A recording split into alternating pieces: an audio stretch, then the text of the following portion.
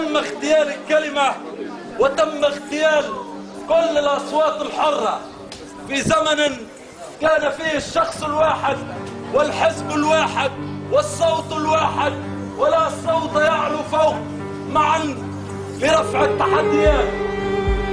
في زمن البنفسجي يتكرر المشهد في شكل يحدثنا عن ثورة لم تحدث إلا داخل مخيلاتكم الخايفة والمفروضة. لا حديث عن ثورة وقت اللي تحكي على السبسي، ولا حديث عن ثورة وقت اللي تحكي على التجمع.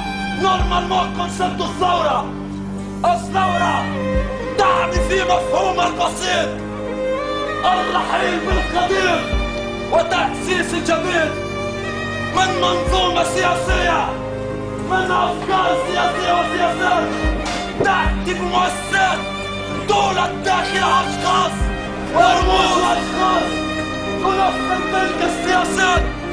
لم نقطع مع الماضي في شيء، فلا زالت السفلة والخروبة والدفية والتاكس والأنفو، ولا زال التعليم يراوح مكانه.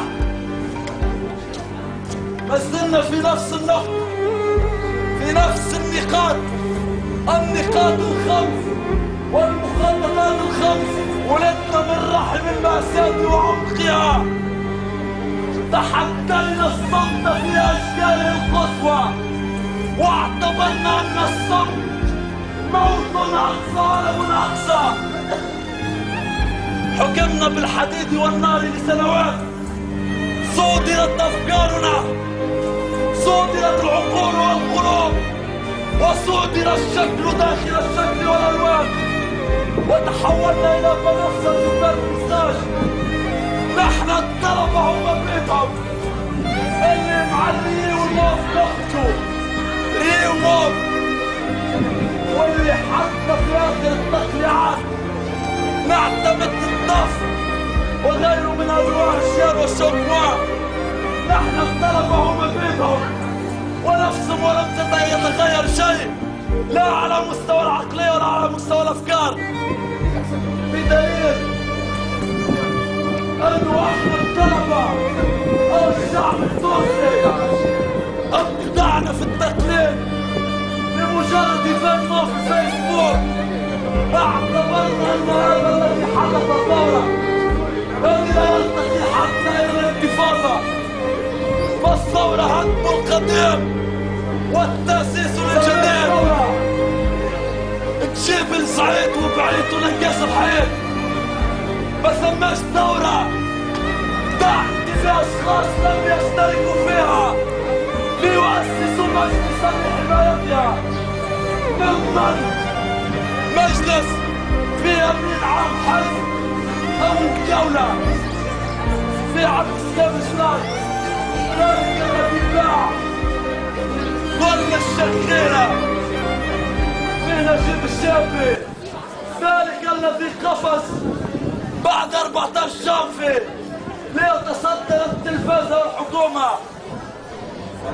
ما سماش ثورة وقت اللي الثورة لم تنجب حكومتها، لأن الثورة تجيب حكومتها، وثورتنا نحن لم تأتي بحكومة. جاء الغنوشي واحد، ثم الغنوشي دوزيام فيرسيون، جاء الغنوشي جاب المعارضة الليبرالية، ثم الغنوشي والتجمعيين للضم، ثم جاء البوركيبيون الانقلاب العربي ومجموعته. انه اذا ضحوا البوركيبيين بلكشي ما يولد خير الدين باشا يفيق من موته، او مراد مبالا، او ربما ابن خلدون، او ابن ابي زياد. الشعب التونسي استحال 10 ملايين متسيس، والشعب التونسي استحال 10 ملايين ثوري. الشعب التونسي اللي لم يتغير فيه شيء، ما زال ينسكي بالكار الصفراء، ما زال ما يعرف الشد، ما زال لا يحترم العلم والمعرفة، ولا زال يؤمن بالشعوذة والجن. الشعب التونسي يتحدث عن ديمقراطية، لا يعرف أبسط تعريفاتها.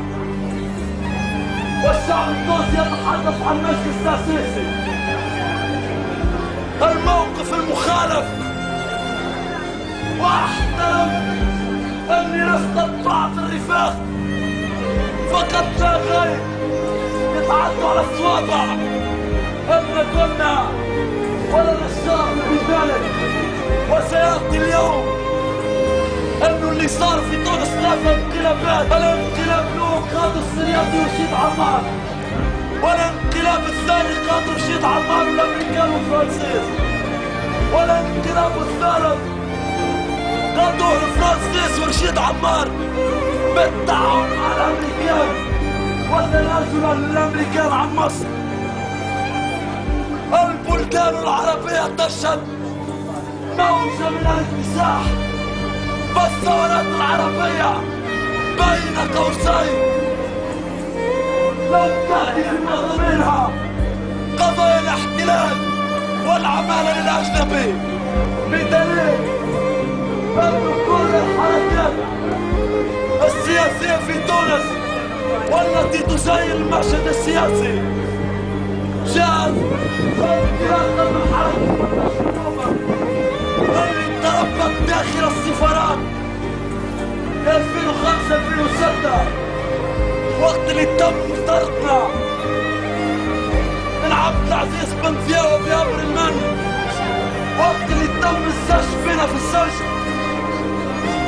قلنا الكلمة الحقيقية انه المعارضة والحكم وجاي لعملة واحدة، وانه لا خير في معارضة تجيب الامريكان والفرنسيس